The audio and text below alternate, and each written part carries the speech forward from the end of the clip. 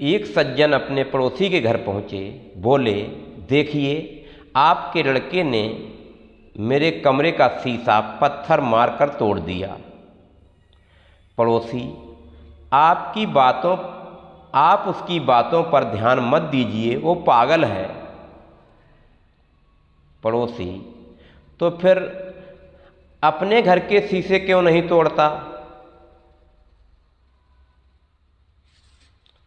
लेकिन इतना भी पागल नहीं है वो।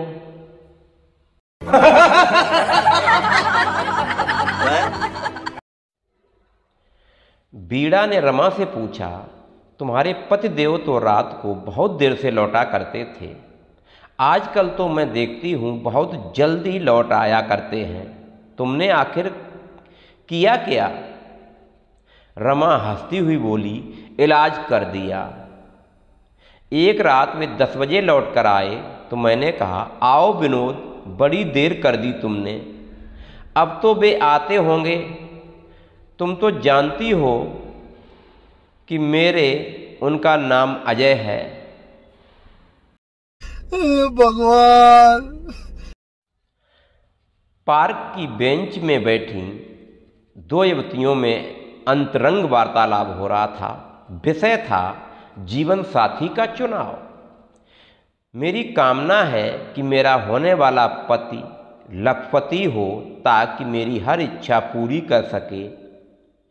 एक ने कहा, मैं ऐसा नहीं सोचती, लखपति के पास ढेर सारी समस्याएं होती हैं, मुझे तो ऐसा पति पसंद होगा जो अपने को लखपति समझता हो, क्योंकि खर्च करने में वो अधिक उदार होगा।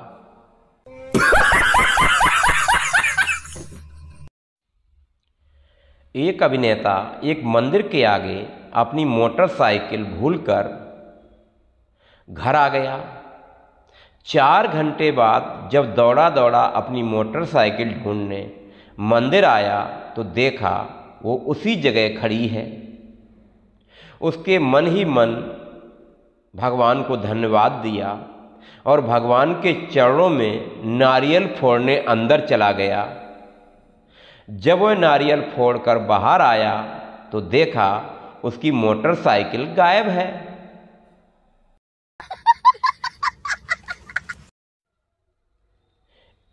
फौजी अदालत के सामने कप्तान और हवलदार का मुकदमा चल रहा था।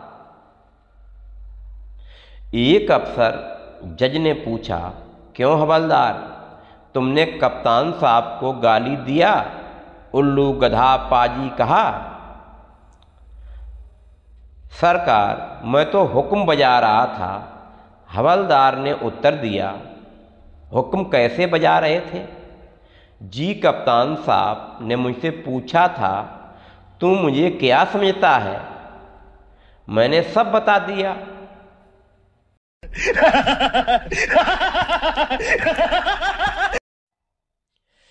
एक अभिनेत्री के बारे में 2 पड़ोसन आपस में बातें कर रही थीं।